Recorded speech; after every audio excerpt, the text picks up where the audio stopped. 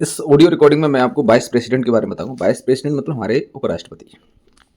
Article wise explain की जाएगी किस आर्टिकल में क्या लिखा हुआ है और कैसे क्वेश्चन आए। ये बहुत जरूरी है जानना कि कैसे क्वेश्चन आते हैं। तो वाइस प्रेसिडेंट की स्टार्टिंग होती है 63 से, आर्टिकल 63 अनुच्छेद 63 से स्टार्ट होती है। उसमें लिखा हुआ है भारत के वाइस प्रेसिडेंट होंगे और ये ऐसे ही माने जाएंगे जैसे कि प्रेसिडेंट प्रेसिडेंट का जो संवैधानिक पद है, ऐसे ही वाइस प्रेसिडेंट का भी एक संवैधानिक पद है। मैंने आपको बताया कि संवैधानिक और असंवैधानिक क्या होता है। संवैधानिक वही होता है जो चीज़ संविधान में लिखी हुई है। जो चीज़ संविधान में कहीं लिखी हुई है वो कॉन्स्टिट्यूशनल संवैधानिक हो जाती है। ठीक है, इसको कॉन्स्टिट्यूशनल बोला जाता है, संवैधानिक। ठीक, तो इसमें लिखा हुआ है this article establish the constitutional post of vice president. It is a permanent office. Permanent office है under the constitution like president. राष्ट्रपति की तरह ये एक परमानेंट ऑफिस होता है वाइस प्रेसिडेंट का। आर्टिकल 64 में क्या लिखा हुआ है, the president vice president to be ex officio chairman of council of state. Ex officio का मतलब क्या होता है, कोई भी व्यक्ति जो वाइस प्रेसिडेंट बनता है उसको राज्यसभा का चेयरमैन बनना ही है। मतलब कोई व्यक्ति, जैसे माने कि चलो कुछ बहुत सारी चीज़ें होती हैं, आप वहाँ जाते हो तो आप उसके चेयरमैन बनते ही हो, ये एक्स ऑफिशियो में आ जाता है।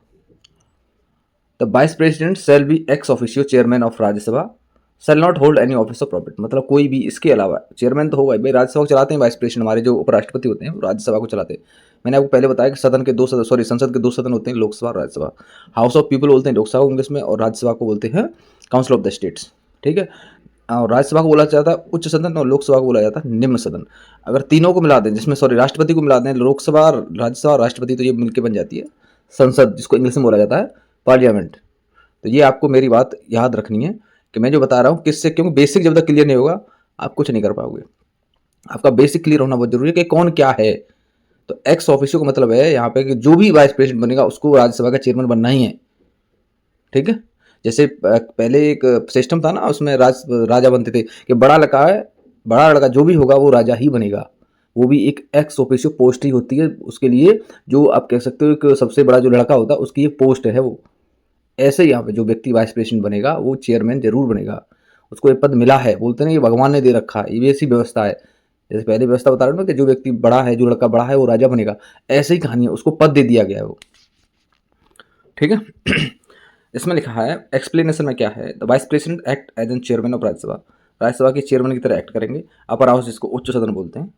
ही presides over its session and manage its functioning similar to the speaker of Lok Sabha. जैसे लोकसभा में लोकसभा स्पीकर मैनेज करते हैं फंक्शन। लोकसभा कौन चलाता है, लोकसभा स्पीकर चलाते हैं। देखा होगा लोकसभा स्पीकर कभी किसी को बिठा देते हैं, कभी किसी को उठा देते हैं, बोले शांत बैठिए, आदरणीय मेंबर आप बैठिए, ये करिए वो करिए, बोलते हैं ना कौन कब बोलेगा कौन कब नहीं बोलेगा। ये सारी लोकसभा स्पीकर सदन चलाते हैं ना, ऐसे ही यहाँ पे उपराष्ट्रपति वाइस प्रेसिडेंट सदन चलाते हैं राज्यसभा में।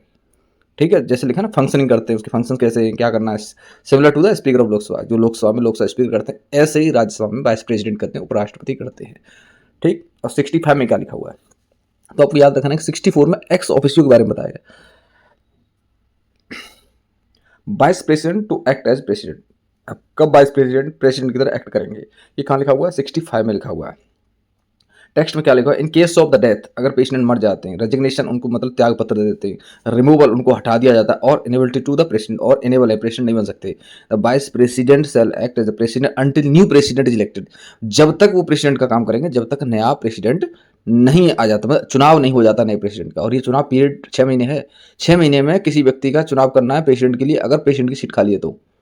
ठीक है, उसमें 4-5 सिचुएशन आपको बताइए। अगर पेशेंट खत्म हो जाते हैं, डेथ हो जाती है उनकी, रेजिग्नेशन त्याग पत्र देते हैं, रिमूवल उनको हटा दिया जाता है, इनेबिलिटी मतलब, और किसी भी कंडीशन में वो पेशेंट बनने लायक नहीं है, उनके अंदर वो कंडीशन नहीं, मतलब एबिलिटी नहीं है कि पेशेंट बन जाए। कैसे भी करके उनको, अगर कोई व्यक्ति, मतलब आप कह सकते हो पेशेंट का पद अगर खाली है तो 6 महीने उसको भरना है। जब तक नहीं भरा जाता तब तक वाइस प्रेसिडेंट प्रेसिडेंट का काम करेंगे।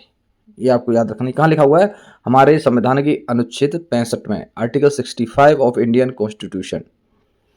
एक्सप्लेनेशन में दिया है, if the office of president become vacant, अगर जो राष्ट्रपति उनका ऑफिस खाली होता है due to death, resignation, impeachment महाभियोग, the vice president temporarily act as the president.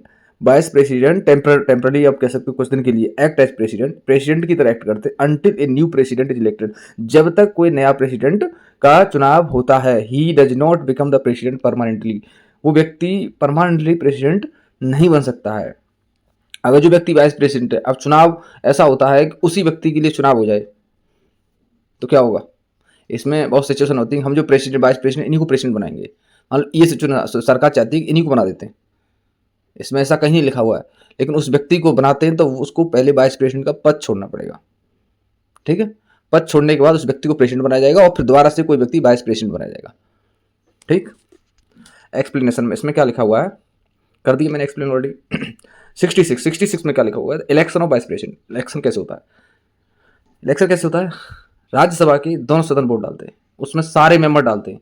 President में क्या बताया था मैंने, इलेक्टेड मेंबर डालते हैं, इलेक्टेड जिनका चुनाव होता है। राज्यसभा के सदस्यों का भी चुनाव होता है, विधानसभाएं चुन के भेजती हैं, विधानसभा के लेवल पर होता है। लेकिन लोकसभा का आपको पता ही, एमपी का चुनाव होता है, लोकसभा का चुनाव पूरे देश में होता है। और चुनाव एमएलए का भी होता है, जो इनको विधायक बोलते हैं। जहां जहां विधायक हैं, जैसा भी विधायक है, विधानसभा जिसके पास है, वो सारे लोग प्रेसिडेंट में वोट डालते हैं, डालते नहीं डालते। लेकिन राज्यसभा के जब वाइस प्रेसिडेंट की बात होती है, इसमें राज्यसभा के ही लोग डालते हैं। सॉरी, इसमें राज्यसभा का नहीं, पूरी अपनी संसद की वोट डालते हैं लोग, लोकसभा राज्यसभा के डालते हैं, बोथ हाउस, दोनों हाउस। ठीक है, vice president elected by N electoral college consisting of member of both house. ये दोनों अपने सदन, लोकसभा राज्यसभा के सारे लोग जितने हैं, सारे लोग वोट डालते हैं वाइस प्रेसिडेंट के चुनाव में। ठीक है, एक्सप्लेनेशन क्या है, इसमें लिखा हुआ है elected by N electoral college. आप कह सकते हो एक कुछ समय के लिए बनाई गई एक व्यवस्था है कि इस व्यक्ति का चुनाव हो रहा है, इस पोस्ट का चुनाव हो रहा है, इस पोस्ट में कौन कौन वोट डाल सकता है। तो इस सारी क्रियाओं को सम्मिलित करके एक इलेक्टोरल कॉलेज बोला जाता है। Both elected and nominated president में नहीं डालते, लेकिन वाइस प्रेसिडेंट में elected and nominated of Lok Sabha और राज्यसभा में। अभी नॉमिनेशन खत्म हो गया है लोकसभा में, राज्यसभा में अभी भी है 12 लोगों के लिए, जिनके पास विशेष क्वालिफिकेशंस होती हैं, आप कह सकते हो विशेष योग्यता रखते हैं। जो बहुत सारे 10-12 क्षेत्र अपने, कोई शांति में रखता है, कोई खेल में रखता है, कोई किसी में रखता है, उनको प्रेसिडेंट अपॉइंट करते हैं, उसमें राज्यसभा के लिए करते नहीं करते।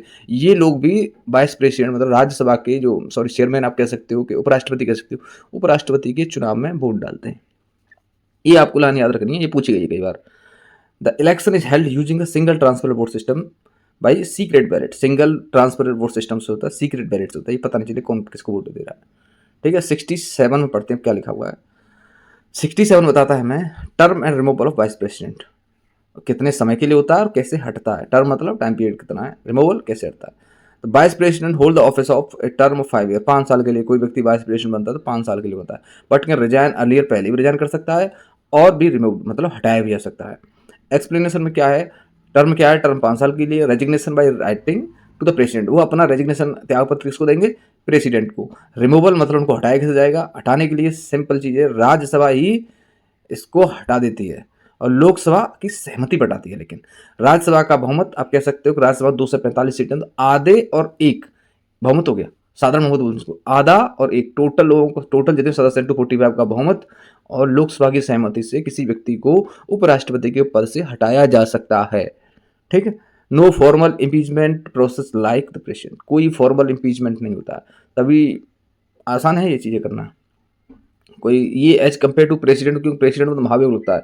लेकिन हटाने से पहले भी वाइस प्रेसिडेंट को, क्योंकि ये संवैधानिक पोस्ट है और बड़ी पोस्ट है, दूसरे नंबर की पोस्ट आती है प्रेसिडेंट के बाद में, ये 14 दिन पहले बताना पड़ता है। 14 दिन पहले इनको सूचना आ जाएगी, 14 डेज बिफोर 40 डेज, तो उसमें भी 1/4 मेंबर के साइन होकर जाती है, ऐसे नहीं जाती है। ये इसमें लिखा नहीं, लेकिन मैं आपको बता रहा हूँ।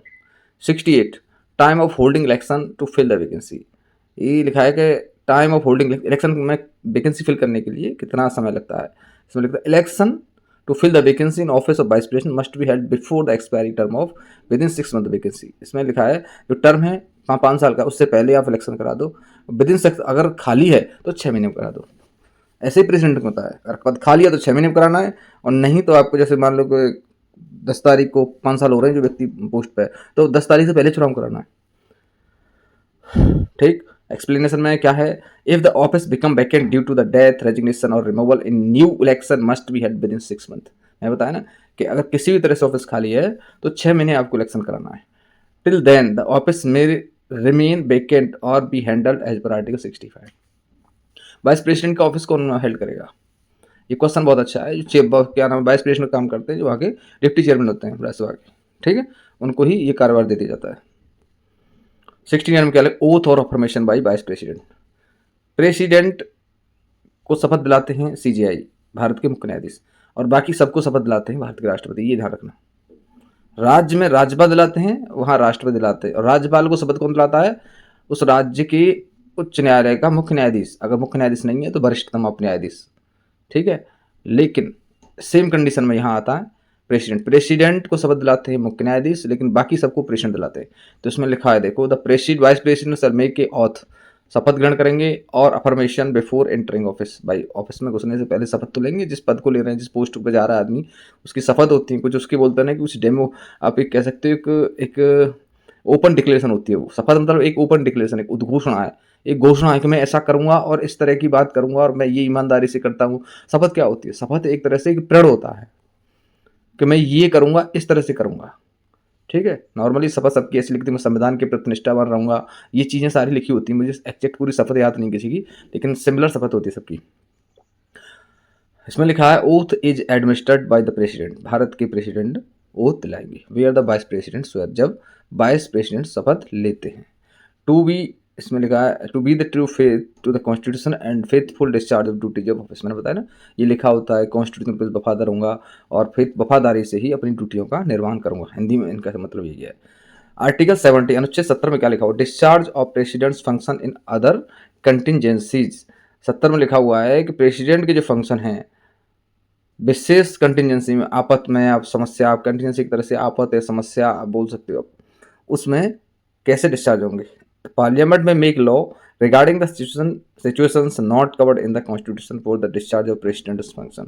इसमें कॉन्स्टिट्यूशन में कवर्ड नहीं है, लेकिन संसद रूल बना सकती है। ठीक है, प्रेसिडेंट को दे सकती है आप ये फंक्शन भी डिस्चार्ज करो अगर जरूरत पड़ने पे। इस पर एक्सप्लेनेशन में क्या लिखा हुआ है? एक्सप्लेनेशन में देखो, this is the residual provision allowing the parliament to create law for the unforeseen case where someone need to discharge the president's duties other than vice president. हाँ, अगर कुछ कंट्री, मान लो कि वाइस प्रेसिडेंट वो नहीं कर पा रहे हैं, तो प्रेसिडेंट की ड्यूटी करने के लिए कोई ऐसा कानून आ सकती है, किसी और व्यक्ति को भी ये पावर दे सकती है। ये हमारे अनुच्छेद 70 में लिखा हुआ है। ऐसा आप कौन कर सकता है? पहले ऐसा कर सकता है, अभी ध्यान रखना, संसद कर सकती है। और ये कब कर सकता है? जब विशेष आपात को, विशेष जरूरत हो, विशेष कोई कंडीशन हो, उसमें कर सकता है। वाइस प्रेसिडेंट करता है, वाइस प्रेसिडेंट के अलावा भी कोई और कर सकता है, लेकिन इसको कौन मंजूर देगा, परमिट कौन करेगा, कानून कौन बनाएगा? भारत की संसद बनाएगी। ठीक है, तो आज का ये ऑडियो रिकॉर्ड अब क्लियर होता है। ओके, ध्यान से सुनना है।